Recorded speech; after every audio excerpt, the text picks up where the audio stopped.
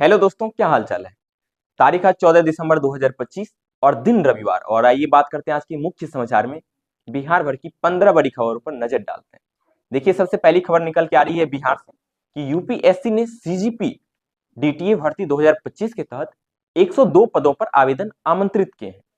आवेदन की प्रक्रिया 13 दिसंबर से 1 जनवरी 2026 शाम 6 बजे तक चलेगी।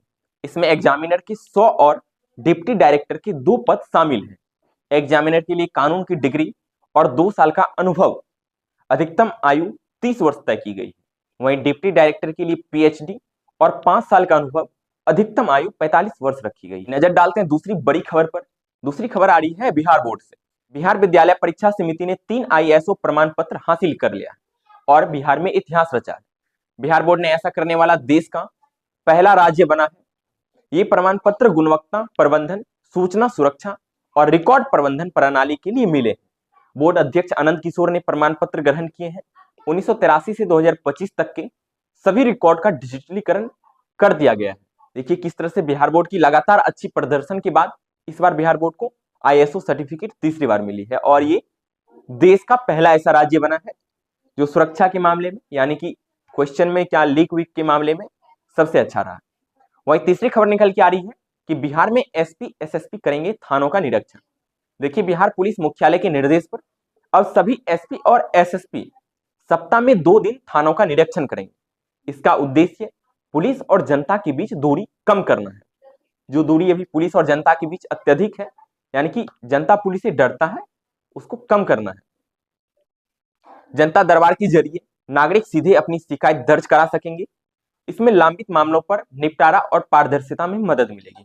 वहीं चौथी खबर निकल के आ रही है कि प्राकृतिक खेती में बिहार अग्रणी है। बिहार में रायसन मुक्त प्राकृतिक खेती को बढ़ावा मिल रहा है। राज्य के 38 जिलों में 500 से अत्यधिक किसान 20,000 हेक्टेयर भूमि पर प्राकृतिक खेती कर रहे हैं। राज्य में 266 बायो इनपुट रिसोर्स सेंटर और 800 कृषि संख्याओं किसान को प्रशिक्षण दे रही है। धान, गेहूं, सब्जी और फल की खेती के लिए किसानों की आय बढ़ाई जा रही है। चलिए वही नजर डालते हैं पांचवी बड़ी खबर पर। पांचवी खबर, बिहार में 3 एक्सप्रेसवे का निर्माण जल्द शुरू हो रहा है। बिहार में 1626 किलोमीटर लंबाई के 3 एक्सप्रेसवे का निर्माण जल्द शुरू हो रहा है। इसमें वाराणसी से कोलकाता और पटना से पूर्णिया के बिदुरपुर और गोरखपुर से सिल्लीगुड़ी एक्सप्रेसवे शामिल है। पथ निर्माण विभाग राज्य में सड़क नेटवर्क को मजबूत करने पर जोर दे रहा है और ये पटना से बिदुरपुर, यानी कि पटना के बिदुरपुर से पूर्णिया तक जो रोड बनेगी, इसमें सहरसा समेत मधेपुरा, पूर्णिया समेत ये सारी जिला आ जाएगी। वहीं छठी खबर निकल के आ रही है ई शिक्षा पोर्टल पर फर्जी अटेंडेंस, यानी कि बिहार के 15 जिलों में ई शिक्षा पोर्टल पर फर्जी अटेंडेंस का मामला सामने आया है। कई स्कूल के शिक्षक बिना फोटो भेजे उपस्थिति दर्ज करा रहे थे। प्रधानाध्यापक और सहकर्मी शिक्षक की मिलीभगत से सामने आई है। सरकार ने सख्त कार्यवाही के निर्देश दिए हैं, यानी कि जो शिक्षक स्कूल नहीं जाते हैं और फर्जी अटेंडेंस किसी न किसी जरिए बनाते हैं, ऐसे फर्जीवाड़ा पे सरकार की सख्त निगरानी है और इस पे सख्त कार्यवाही की जाएगी। वहीं सातवीं खबर निकल के आ रही है कि बिहार में निवेश बढ़ाने की नई रणनीति बनी है। बिहार सरकार ने राज्य में निवेश बढ़ाने के लिए नई रणनीतियां तैयार की है। उद्योग मंत्री डॉक्टर दिलीप कुमार जायसवाल ने अधिकारी के साथ बैठक की। Focus sector food processing unit में फोकस किया जाएगा। मैन्युफैक्चरिंग यूनिट, यानी कि किसी भी प्रोडक्ट को बनाना, मैन्युफैक्चरिंग यूनिट में फोकस किया जाएगा। लॉजिस्टिक, यानी कि ये जो सामान का एक जगह से दूसरी जगह की बातें होती है, इस पे फोकस किया जाएगा।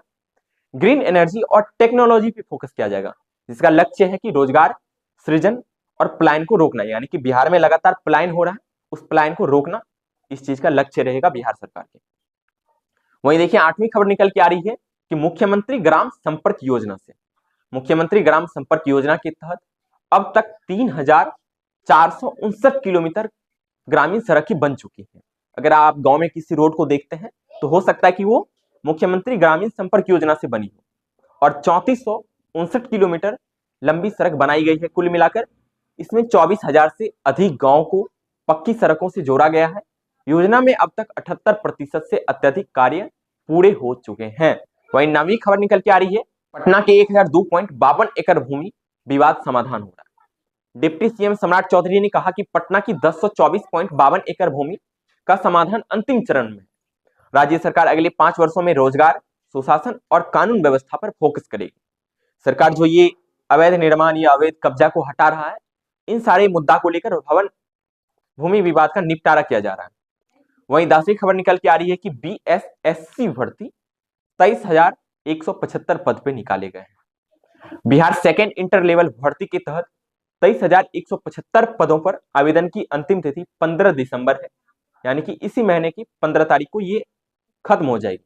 इसकी योग्यता है कि 12वीं पास होना चाहिए और चयन प्रक्रिया में प्रीलिम्स, मेंस और स्किल टेस्ट भी शामिल रहेगा। आवेदन शुल्क सभी वर्गों के लिए 1,001 रुपया रहेगा। वहीं 12वीं खबर निकल के आ रही है कि रोहतास जिले के करमच डैम की सर्दियों में पर्यटकों को आकर्षित कर रहा है। नौका विहार, हरियाली और पहाड़ियों का मुख्य आकर्षण है। यहाँ पे नवंबर से फरवरी तक पर्यटन का पीक सीजन रहता है। वहीं 13वीं खबर निकल के आ रही है कि पीएम किसान योजना में दिक्कत हो रही है। राष्ट्रीय सर्वे में खुलासा हुआ है कि बिहार झारखंड के कई किसान पीएम किसान योजना से वंचित हैं, जिसका कारण है कि ई-केवाईसी अपडेट न होना और डिजिटल जानकारी की कमी होना। डिजिटल साक्षरता अभियान की सिफारिश की गई है। वहीं 14वीं खबर निकल के आ रही है पवन सिंह की तरफ से। जी हाँ, पवन सिंह, भोजपुरी स्टार पवन सिंह को धमकी के मामले नया मोड़ ले लिया है। आपको पता होगा कि विगत कुछ दिन पहले पवन सिंह को लॉरेंस बिश्नोई गैंग की तरफ से धमकी दी गई कि वो सलमान खान के साथ काम ना करे, अन्यथा सलमान खान के साथ काम करने पे उसे लॉरेंस बिश्नोई की गैंग के द्वारा गोली मार दी जाएगी। उसके बाद भोजपुरी स्टार पवन सिंह को धमकी के मामले में नया मोड़ आया है। बिश्नोई गैंग ने धमकी देने से इनकार किया है। पुलिस वायरल ऑडियो की जांच कर रही है और इस चीज का पता करने में जुटी है कि ऐसा कौन किया, क्यों किया। अब 15वीं सवाल की बात करें, आपके हिसाब से बिहार के युवा की सबसे बड़ी चुनौती क्या है? शिक्षा, रोजगार या फिर कौशल विकास? कमेंट में अपनी राय जरूर दें।